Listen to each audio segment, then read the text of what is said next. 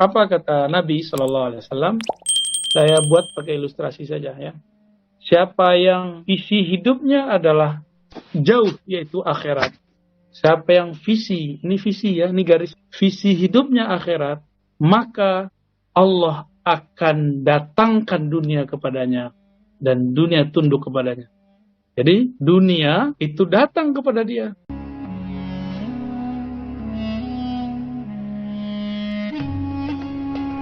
Jadi nasib bahasa Arab artinya bagian atau jatah. Tapi kalau bahasa Indonesia, nasib itu kayaknya takdir gitu. Itu beda ya. Jadi Al-Qasas sedang berbicara tentang prioritas. Yang diperintahkan mana? Yang diperintahkan adalah mencari akhirat. Untuk dunia, ini kan nasib jatah dunia ya. Untuk dunia, lafaznya jangan lupa, kamu masih di dunia kok. Nah, ada jatahmu di dunia. Cuma dengan lafaz jangan lupa, kamu masih di dunia, berarti kamu punya jatah di dunia. Tapi terjemahan para dai secara umum di khutbah-khutbah, ceramah-ceramah, apa kata mereka? Akhirat 50%, dunia 50%. Ini terjemahan umum. Dan ini keliru besar. Kenapa keliru besar? Karena yang disuruh oleh Allah mencari akhirat. Tapi jangan lupa dunia. Lalu gimana caranya? Ternyata lafaz Arabnya, wabtaghi, carilah fima, pada apa yang atakallah, yang Allah telah datangkan kepada kamu dari negeri akhirat. Ternyata menemukan akhirat itu ada dalam dunia. Jadi akhirat kita itu tergantung dunia kita. Oleh karena itu, mencari akhirat tidak bisa dilepaskan dari aktivitas duniawi. Maka kalimatnya jangan 50-50. Yang dominan tetap akhirat. Jadi kalau mau dikasih yang benar, akhiratnya 80%, dunianya 20%. Bukan berarti ini ngurangin kerjaan, bukan. Ini berbicara nilai. Karena lafaznya pakai fima, terhadap nilai-nilai yang ada di akhirat. Jadi kalau saya menerjemah, ini kan terjemahan biasa ya, carilah akhirat, jangan lupa dunia. Tapi saya menerjemahkan, ada lafaz di tengah-tengah itu adalah fima, ya, fima atakallah, ataka. Kalau dalam bahasa Arab nih, kalau yang bisa ngikutin, ma itu menunjukkan bagi saya nilai akhirat. Carilah nilai-nilai ukhrawi dalam duniamu, kira-kira begitu. Jadi kalau kita kerja ya, kalau kita menganggap kerja kita ini menentukan akhirat, maka kita tidak akan melakukan hal-hal yang merugikan di akhirat. Ini sebagai contoh ya. Jadi dalam setiap lini di dunia, contohnya kita kerja. Kerja ini duniawi atau usaha ya. Usaha misalnya kalau sekarang Bapak Ibu usaha apa Bu, jagung Bu ya? Iya, tanam jagung. Ya kita sebut bisnis agraria lah ya. Biar umum bahasanya, bisnis agraria untuk pemberdayaan masyarakat misalnya. Dalam bisnis ini kan ada transaksi. Apa sisi akhirat dalam dunia? Ini dunia nih. Jadi kalau kita buat ini dunia. Lalu apa akhiratnya? Bekerja yang ikhlas, bekerja yang jujur. Jadi kejujuran, jujur itu adalah nilai dunia yang ada dalam dunia kerja. Jadi kalau Bapak Ibu ini kerja, terus menerapkan kejujuran, wah berarti dalam kerja duniawinya dapat, dia justru mengejar akhirat. Jadi yang dikejar itu sikap jujurnya, kerja itu cuma perantara aja. Terus kalau sudah dapat hasil, bisnisnya dapat, lalu berbagi. Orang berbagi, berarti dia sudah mendapatkan tujuan akhir dari dia berusaha. Orang hebat itu bukan orang yang menumpuk hartanya. Orang hebat itu yang dia jika mengumpulkan harta, niatnya untuk berbagi kebaikan-kebaikan. Maka di tengah ayat itu adalah faswa ahsin kama ahsanallah. Ya. Berbuat ihsanlah, berbuat baiklah, sebagaimana Allah berbuat ihsan, berbuat baik kepadamu. Allah itu baik ke kita tanpa pamrih. Bisa nggak kita berbagi nanti tanpa pamrih? Ini tujuan akhir dari kita bekerja di dunia. Ini baru satu contoh ya. Kalau kita punya karyawan harus adil. Adil itu sisi ukhrawi daripada kepemimpinan. Jadi kalau kita seorang pemimpin dalam urusan duniawi, itu dunia. Apa sisi akhirat dalam kepemimpinan kita adalah adil. Adil itulah spirit dari kita memimpin. Berarti, jadi misalnya ini di atas kita ada jabatan ya.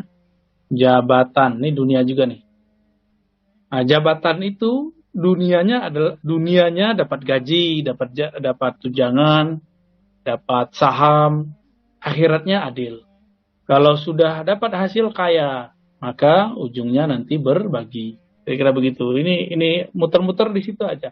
Oleh karena itu ada ungkapan yang disampaikan oleh para ulama, kalau bahasa Arabnya ad-dunya,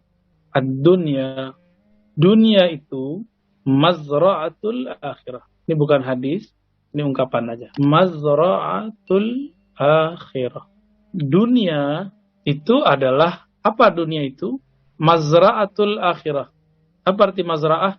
Kebun. Kebun apa? Kebun akhirat. Bacanya dari kanan ya. Dunia adalah kebun akhirat. Berarti kita bisa nyangkul surga, kita bisa menanam surga dalam dunia. Jadi Bapak Ibu nggak usah khawatir, saya kerja-kerja aja. Coba, dalam bekerja itu ada sisi akhiratnya nggak? Sisi akhirat itu tidak hanya simbol, memulai dengan doa bersama, pulang doa bersama, itu simbol. Akhirat itu intinya adalah tadi, jujur, adil, dan segala macamnya. Oke, saya tutup ini ya.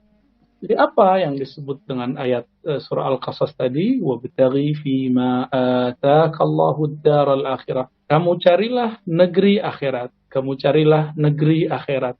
Jadi kita disuruh mencari nilai-nilai ukhrawi di dalam keseharian.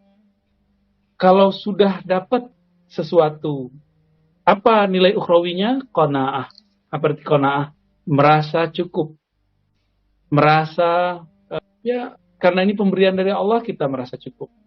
Itu disebut dengan nilai ukhrawi dalam gaji. Jadi kalau Bapak Ibu dapat gaji ini, itu dunianya. Maka coba capai akhiratnya dengan cara berqanaah. Orang kalau nggak qanaah, muncul satu sifat neraka, namanya hasad. Hasad iri. Oleh karena itu orang hasad selalu dia badannya kepanasan, pikirannya panas, otaknya panas, pikirannya nggak nyaman. Nah itu perbedaan antara orang-orang hasad dengan orang yang qanaah. Jadi kalau kita dapat gaji, dapat hasil, coba merasa cukup karena pemberian dari Allah Subhanahu Wa Taala. Oke, apalagi bekerja sukses, bekerja gagal. Nah ini dua jenis nih. Apabila kita sukses, tidak jumawa. Mungkin kalau ini bahasa, udah jadi bahasa Indonesia Bu ya. Jangan ngomong kalau bukan karena saya nggak sukses nih. Gitu. Itu orang sombong. Allah benci sekali dengan orang sombong. Ya, apapun posisi kita, apapun peran kita, selalu kemukakan syura, bermusyawarah dan jamaah. Agama ini agama jamaah. Maka carilah agama, rasa beragama dalam kerja duniawi. Itu kan program-program sahabat Nabi. Jadi sahabat Nabi itu dalam berdunianya dia menemukan akhirat. Oh itu ajib sekali. Dan jadi kita ini nggak perlu, mungkin Bapak Ibu sudah mulai umurnya bertambah, terus mengatakan nanti saya kalau pensiun saya mau ibadah banyak, mau sholat banyak, nggak kuat. Baru duduk sebentar kakinya sudah kesemutan. Baru sholat 8 rakaat Ramadan itu sudah mulai gemetar kakinya. Justru sholat banyak itu bisa kalau kita masih muda. Anak muda mengira kalau sholat banyak kalau udah tua. Enggak begitu. Sekarang kita ganti polanya. Cari nilai akhirat dalam dunia kita. Kalau kita kerja tim, gimana cara mencari nilai akhirat? Orang kerja dalam tim ini ada plus minusnya. Plusnya kerja kita jadi ringan. Tapi di situ ada negatifnya. Apa negatifnya? Ketika clash, kesombongan. Ya. Nah, begitu emang Bu kalau ngaji pakai Zoom Bu. Sabar Bu ya. Iya Bu ya. Ya, saya juga harus lebih sabar ya. Baik. Jadi kalau kita kerja berjamaah, nanti Jika sukses itu sisi buruknya orang akan merasa berjasa. Kalau dia gagal, sisi buruknya nanti dia akan nyalahin orang. Nah, ini ciri-ciri orang bekerja, lalu dia gagal secara materi, gagal secara fisik, lalu kemudian dia menyalahkan orang. Dan ingat, saya sudah sering cerita di event-event yang lain yang sudah direcord oleh teman-teman media, teman-teman sosial media, bahwa iblis bedanya dengan Adam satu aja. Nabi Adam ketika terusir dari surga, dia tidak menyalahkan iblis, ya. Adapun iblis ketika keluar dari surga, dia menyalahkan Adam. Itu aja bedanya. Jangan sampai orang-orang bersifat iblis itu ada di sekitar kita. Kalau ada, harus segera ditegur. Makanya perlu ada training berkala atau kajian berkala, training spiritual yang diberikan kepada tim-tim kita. Jangan hanya melatihnya secara fisik, dia harus dibimbing juga secara spiritual. Maka para pimpinan juga harus mengupgrade kerohaniannya. Ketika menghadapi masalah seperti itu, jangan panik. Dia nanti bisa membuat pola-pola kerohanian dalam mendidik. Ya. Kelemahan manusia itu kalau urusan duniawi, yaitu fulus memakan, duit makan. Jika dia menjadikan visi hidupnya fulus, duit, dia akan respect sama kita kalau kita memberi dia fulus lebih banyak. Tapi jika visinya sudah akhirat, fulus banyak atau sedang, dia secara manusiawi mungkin tergoyangkan, tapi secara ukhrawi dia mengukur dirinya juga. Dan ini, tapi jangan disalahartikan, jangan dijadikan ini untuk menekan gaji tidak gede, terus kita bawa-bawa akhirat, enggak juga. Justru supaya orang berakhirat itu kuat, dia jangan mikirin duit lagi seharusnya. Maka cita-cita pimpinan harus memakmurkan, mensejahterakan anggotanya semakmur-makmurnya. Nanti tinggal dimasukin bab syukurnya. Coba Bapak Ibu lebih memilih sabar dalam ujian atau syukur dalam nikmat? Pasti yang kedua. Iya, syukur dalam nikmat. Ya, pasti semuanya memilih, saya pengennya syukur dalam nikmat aja deh gitu ya. Kalau sabar dalam ujian kayaknya berat. Padahal dua ini dia terjadi berdampingan. Kan ayatnya begitu. Inna ma'al usri yusra. Ini coba kita tulis ayatnya, mungkin ayat ini sering dibaca tapi jarang diresapi. Surat yang sering kita baca waktu sholat subuh ya. Inna ma'al usri yusra. Ini ahli bahasa Arab marah ke saya nih nulisnya enggak benar. Yusra.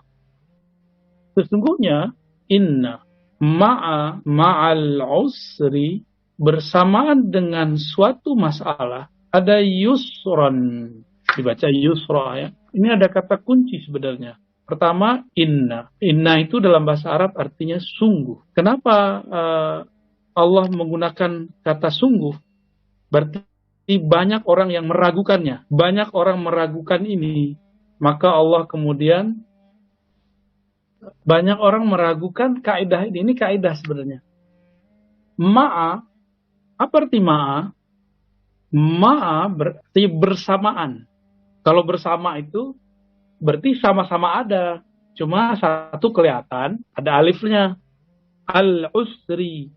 Al-usri ini artinya tantangan, masalah, krisis, artinya sama itu ya. Bersamaan adanya tantangan, masalah, krisis, ujian, kesulitan ya, bisa juga diartikan semuanya kan sulit, kesulitan. Di situ ada yusra. Ada yang unik dalam kata yusra. Yusran itu umum, lafaz umum. Disebut lafzul am, lafaz am. Ya, kalau alif lamnya ada istighraq ya. Lafzul am berarti umum. Maksudnya ada satu kesulitan, ini satu kesulitan, jalan keluar kemudahannya, arti yusra itu kemudahan, atau HP, himpunan penyelesaian. Ya. Penyelesaiannya banyak, lebih dari satu, more than, ya, lebih daripada satu. Jadi masalahnya satu, ini masalahnya satu, tapi jalan keluarnya lebih dari satu. Itu maksudnya. Jadi kalau ada satu masalah, bisa diselesaikan dengan banyak cara. Apa saja masalahnya? Masalah pandemi kah? Masalah paceklik kah? Masalah hama. Ya, salah satu masalah bisnis agraria adalah hama ya. itu bisa diselesaikan dengan banyak cara. Nah, tapi orang nggak percaya, setiap kali ada kesulitan, ada banyak jalan kemudahan. Orang nggak percaya, kurang percaya, maka Allah gunakan kata sungguh, benar-benar. Setiap kali ada kesulitan, ada kemudahan. Setiap ada masalah, bersamaan dengan itu ada yusra. Dan salah satu kabar gembiranya, tidaklah seseorang disulitkan, kecuali setelah itu imunitas daya kerjanya naik. Jadi setiap kali ada orang mendapatkan suatu masalah dalam dunia kerja, lalu dia menghadapi masalah itu, nanti spirit kerjanya naik. Spirit kerjanya pasti tambah meningkat. Jadi bagi saya, yusra itu adalah dia kayak vaksin. Jadi banyak cara. Sekarang aja kan virusnya satu, tapi vaksinnya bisa banyak. Ada Sinovac, ada Astra, ada Pfizer, ya macam-macam lah ya, Moderna, banyak. Kira-kira seperti ini. Dan ayat ini ditulis 2 kali berurutan. Berarti Allah ini ngomong serius. Tapi dasar memang kita kurang yakin kepada Allah, akhirnya kita kemudian tidak meyakini. Jadi karena dia 2 kali, berarti sungguh-sungguhnya juga 2 kali. Berarti 2 kali juga. Kalau ditambahkan 4 kali. Allah udah seriusnya bukan main itu. Ya, masalahnya kita kurang yakin dengan keseriusan Allah. Lalu, bagaimana caranya? Jangan pernah lari dari masalah, tapi selesaikan masalah. Orang yang lari dari masalah itu tidak akan pernah habis. Masalah itu cuma akan hilang sesaat, lalu nanti akan berlanjut. Apa saja ya. Jadi orang-orang yang sudah tahu visinya akhirat, itu dunia bagi dia ringan. Ini hadis terakhir yang saya mau sampaikan. Hadis riwayat Imam Tirmizi. Di hadis Imam Tirmizi, kalau kita terjemahkan, ya, HR Tirmizi, hadis riwayat Imam At-Tirmizi. Dia membahasnya dalam riwayat-riwayat tentang kezuhudan. Ya. Tirmizi ini murid dari Imam Bukhari. Apa kata Nabi SAW? Saya buat pakai ilustrasi saja. Ya. Siapa yang visi hidupnya adalah jauh, yaitu akhirat. Siapa yang visi, ini visi ya, ini garis visi hidupnya akhirat, maka Allah akan datangkan dunia kepadanya dan dunia tunduk kepadanya. Jadi dunia itu datang kepada dia, ya. Dunia datang kepadanya. Kenapa? Bagi dia visi dia jauh. Ya sekarang lagi di mana nih ya? Kita sedang mengejar. Dunia itu bagi dia cuma di sini. Dunia datang sendiri karena tujuan dia akhirat. Kalau bahasa orang-orang tua dulu, siapa yang nanam padi pasti rumput tumbuh. Tapi kalau nanam rumput, padi pasti tidak tumbuh. Itu maksudnya. Ya. Dibalik, siapa yang visi dia dunia, kan pendek berarti. Di visi dia cuma dunia. Nggak nyampe, putus-putus ke akhirat. Akhirat nggak nyampe, akhirat ketutup. Apa kata Nabi? Maka dunia tidak dia dapat kecuali sebatas jatahnya, nasibnya. Jadi dia dapat dunianya, ngoyo kalau bahasa orang Jawa ya. Bersusah-susah menjaga ini. Dunia kan tetap terlepas. Enggak dilepas di masa muda, dilepas di masa tua, pensiun. Enggak lepas masa tua, dilepas dengan kematian. Masuk ke alam akhirat. Jadi tinggal kita pilih. Nah, ciri-ciri orang visinya duniawi, teman-teman, bapak-bapak, ibu-ibu, ini ciri-cirinya menghalalkan segala cara. Dia halalkan segala cara. Yang penting dia enak di dunia. Ini ciri-ciri orang yang pengen dia sukses cuma di dunia. Tapi siapa yang suksesnya maunya di akhirat, visi dia jauh. Dia tidak mungkin menghalalkan segala cara. Dia hanya menghalalkan yang dihalalkan Allah. Ya. Jadi tinggal pilih. Ini bahasa Arabnya himmah. Ya. Himmah itu boleh disebut visi dalam hadis ini. Walaupun dalam bahasa Arab terkini, visi bukanlah himmah. Visi bisa diartikan tujuan. Ya. Siapa yang tujuannya akhirat, maka dia tidak mungkin berbohong, dia tidak mungkin menyuap. Tapi kalau dia visinya dunia, yang penting dunianya dapat. Kalau membunuh diperlukan, dia bunuh orang. Kalau berbohong diperlukan, kalau perlu berbohong aja. Jadi menghalalkan segala cara gimana? Ya dengan bohong, ya, suap, apalagi zolim, sikut sini, sikut sana, itu duniawinya. Kalau lawannya apa? Bohong, lawannya jujur. Berarti di sini dia jujur. Kalau lawan suap ya sama ya, jujur juga tuh. Zolim berarti dia adil. Udah, itu aja modalnya. Berarti ciri-ciri orang visinya akhirat, dia punya karakter yang tadi saya sebut di depan, jujur dan adil. Siapa yang karakternya lebih banyak punya visi duniawi, wah bohong, suap, zolim, ini lebih tinggi. Lebih banyak dalam hidupnya. Karena yang penting bagi dia, gaya hidup dunia benar. Orang ini ciri-cirinya dia lifestyle-nya nggak. Ya begitulah. Kalau di sini tidak, isinya lebih baik. Baik, kira-kira itu Bapak Ibu, refleksi sederhana dari surat Al-Qasas ayat 77 ya. Angkanya sangat menarik sekali, 7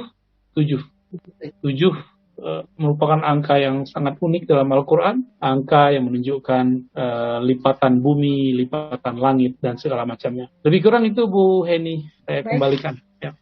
Baik Bu ya, terima kasih Bu ya. Kita buka sesi tanya jawab ya Bu ya. Ya, silakan. Biar teman-teman bisa lebih paham. Ini sebelum kita buka sesi tanya jawab, saya mendengar keluhan-keluhan dari para teman-teman Bu ya. Saya sudah banyak melakukan kegiatan untuk akhirat.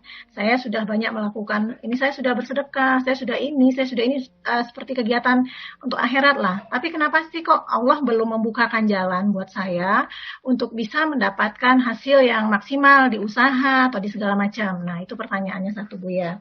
Terus yang kedua. Dulu, takut lupa. Ya. Ini kan teman-teman sudah banyak melakukan kegiatan untuk kegiatan akhirat lah, ibaratnya seperti sholat saya sudah sholat, saya sudah sedekah, saya sudah juga puasa Senin Kemis nih, pokoknya kegiatan dunia untuk akhiratnya sudah mereka kerjakan.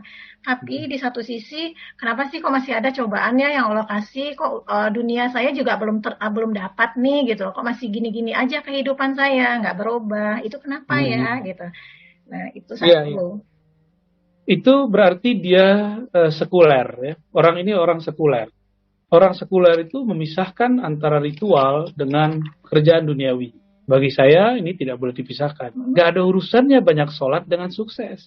Kalau mau sukses dunia, banyak kerja, bukan banyak sholat. Beda kan? Beda. Kaget ya. Kalau mau sukses, bukan banyak puasa, tapi banyak sungguh-sungguh. Jujur, kalau ada orang jujur, karakternya lebih membuat harum, orang akan kenal. Perkataan mengatakan kalau jujur hari ini nggak makan, itu nggak benar. Ya, hatta musuh Islam, hatta orang-orang duniawi bekerja di dunia bisnis itu yang dicari orang jujur. Terus kok muncul ungkapan-ungkapan kalau jujur hari ini nggak makan. Oh berarti dia ketemu orang yang dia sebenarnya tidak pernah jujur. Dengan itulah dia makan ya orang-orang itu. Jadi kalau mau sukses dunia teman-teman bukan dengan sholat sunat 1000 rakaat. Cukup kita sholat wajib lalu kita berusaha. Contoh saya dunia ngajar di kampus, ngajar di pesantren, ngajar di masjid. Saya mengajak kekayaan saya bukanlah dengan usaha seperti berdagang, komoditi barang, tidak.